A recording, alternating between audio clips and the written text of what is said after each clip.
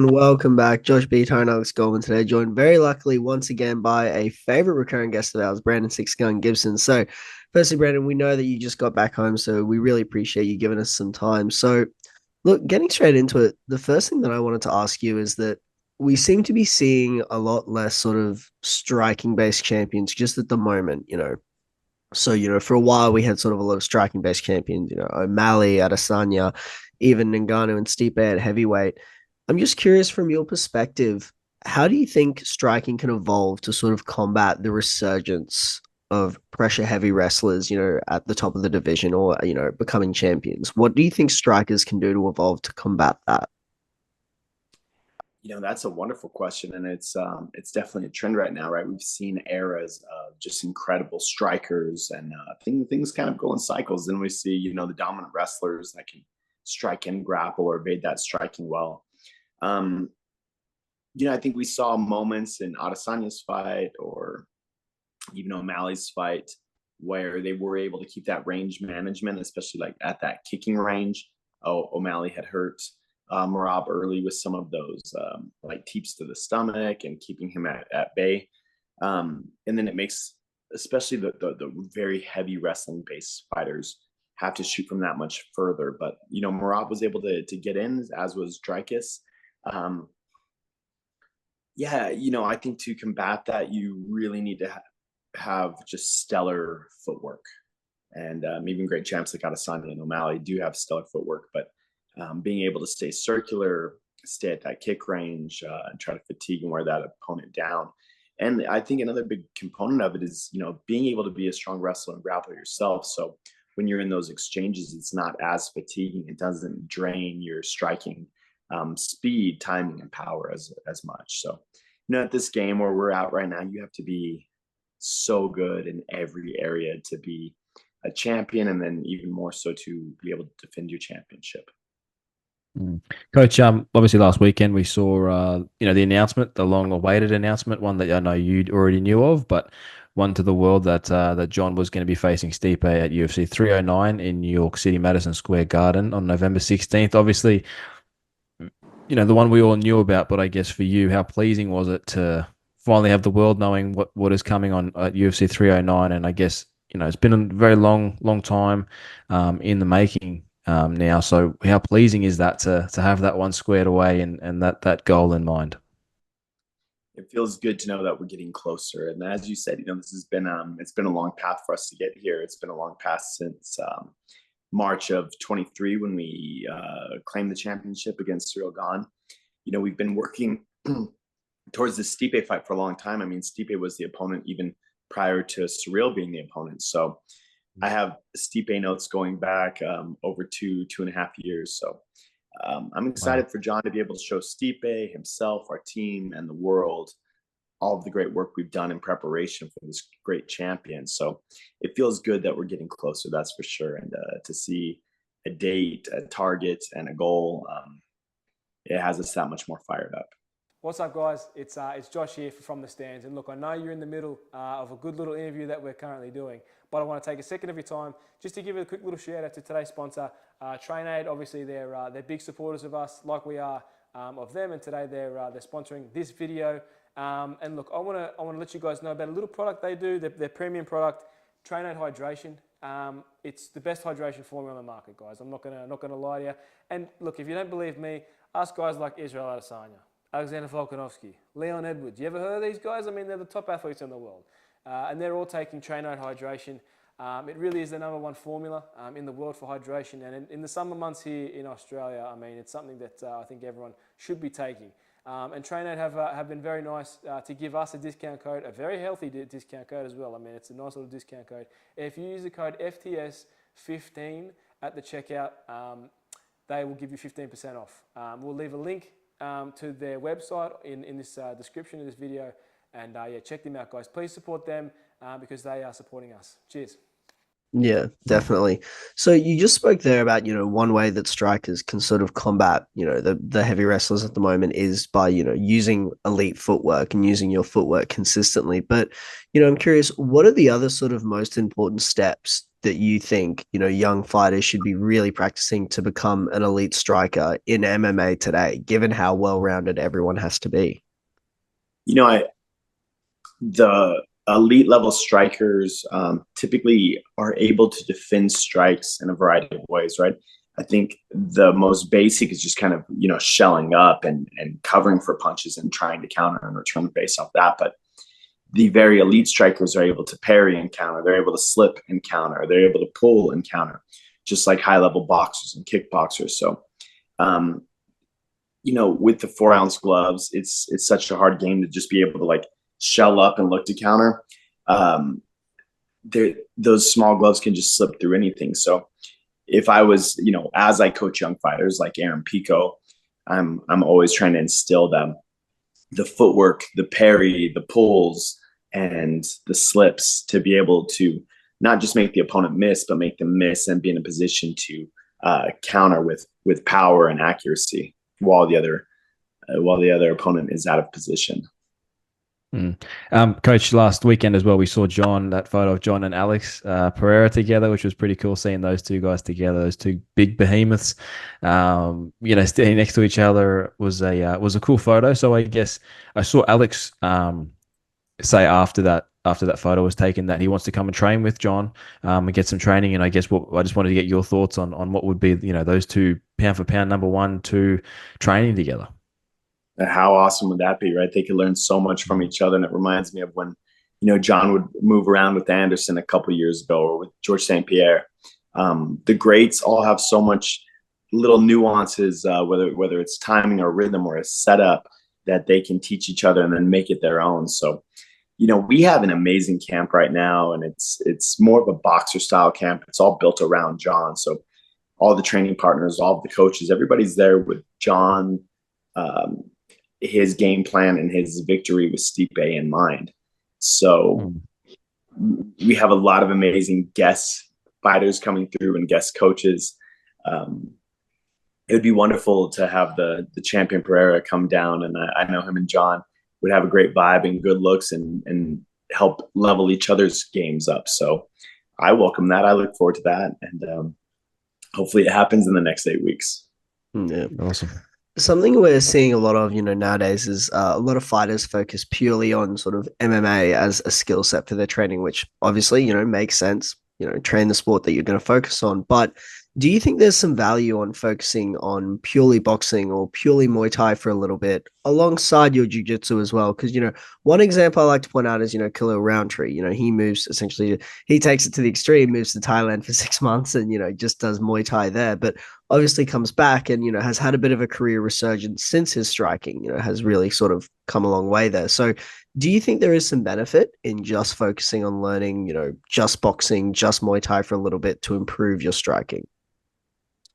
I think there's so much to learn and to master in this game. And, as long as it's applicable to the sport, right? I think there's a lot of variations we could point out, whether it's pure wrestling or gi jiu-jitsu or Muay Thai or boxing. It's like, but if you did that in MMA, you're open to XYZ.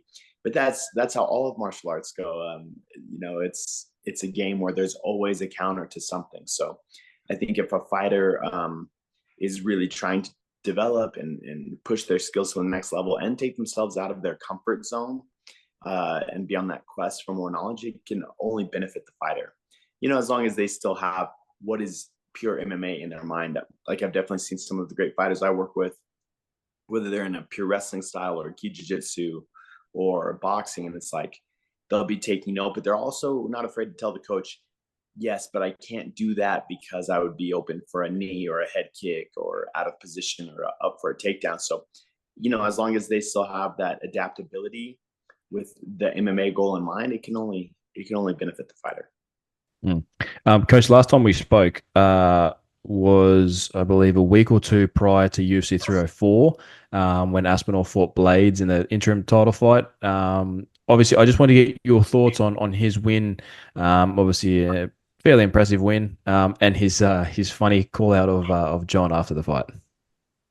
Aspinall's a great heavyweight. He made a very tough opponent in Curtis Blaydes. It was another quick finish, like all of his fights have been. Aspinall believes in himself. He has an incredible skill set. And of course, if I was Aspinall on his team, I would be wanting to fight for the unified title as well. I'm sure they're frustrated. But some of these things have been in place long before he was even on the radar of becoming an interim champ. And sometimes in this game, that's a frustrating thing to have to wait. I get it, especially when you're waiting for the greatest of all time, and you as a hungry young interim champion want to solidify yourself. So, we all have a lot of respect for Tom. This may be John's last fight. It may not be. We'll see. But, I get a lot of comments as well that, there's like ducking or evading. John Jones has never ducked or evaded anybody. What John does is accomplish the goals he set out for, and that's what we're on our quest to do. Yeah. And then Aspinall could be next. Yeah. So, Brandon, one thing that you've talked about and, shown in the past is the importance of fighters going higher than low than back up top with their strikes to sort of, add that variability, add that sort of level changing. But, even today with how evolved MMA is, a lot of the times we don't see a lot of fighters really commit to those constant level changing in their striking. Do you think that this is mainly due to being, cautious of knees and head kicks? And, again, how can strikers sort of overcome those barriers to really implement that level changing in their striking? Yeah, of course. I mean, sometimes I see guys over commit to movements, right? Where their feint isn't like nuanced, polished, finite move. It's very drastic. And even Merab the other night, it was like these big, shoot. With the highest level strikers, I think each one of those movements becomes that much more refined. You're making guys miss by a millimeter as opposed to making them miss by a foot. The more detailed those movements can get, the more rep, the more rehearsed, and the more applied, the more success they'll have with those. And I also think it's fight dependent. If you're a taller guy in a division like even O'Malley, you're not going to go to the body that much. But it was interesting to see early on in the fight, especially that first round, O'Malley was really targeting the cross to Merab's body. And I think that was to prevent Merab from level changing. And maybe they saw some weakness in the body or future setup to help wear him down in later rounds. So I just believe body work is important, whether you're targeting leg kicks or calf kicks or punches or teeps to the body. I think guys that only headhunt, it doesn't always serve them well. I think you really start making stronger strikes to the head by making the opponent cover up to the body or be in a place to try to plant and check a kick or eat a kick, as opposed to always just headhunting. Yeah, definitely. Coach, you spoke about it just, my last question. Do you really, as a friend, as a close friend of John's, as a coach of his for many, many, many years, do you think that UFC 309 is the last time we'll see John? Like, in your heart, do you think this could really be the last time? And it's funny because a lot of these fans nowadays are such new fans. They don't remember John going through the guys he went through, the Chael Sonnens, the Mashidas, everyone he defeated in that run. People forget that, and I think that's why they're so quick to say that he's ducking, because they don't know what John did during that era. And I grew up in that era, and I watched John dismantle every single opponent that was put in front of him. So it is a weird thought thinking that, wow, this could really be his last fight for a guy that I grew up watching. Do you think, as a friend of his, that this could really be it for him against Stipe? I do. This is a dangerous game. It's a dangerous game, and it's not one that treats an aging fighter kindly. I always encourage all my fighters to be out before, right?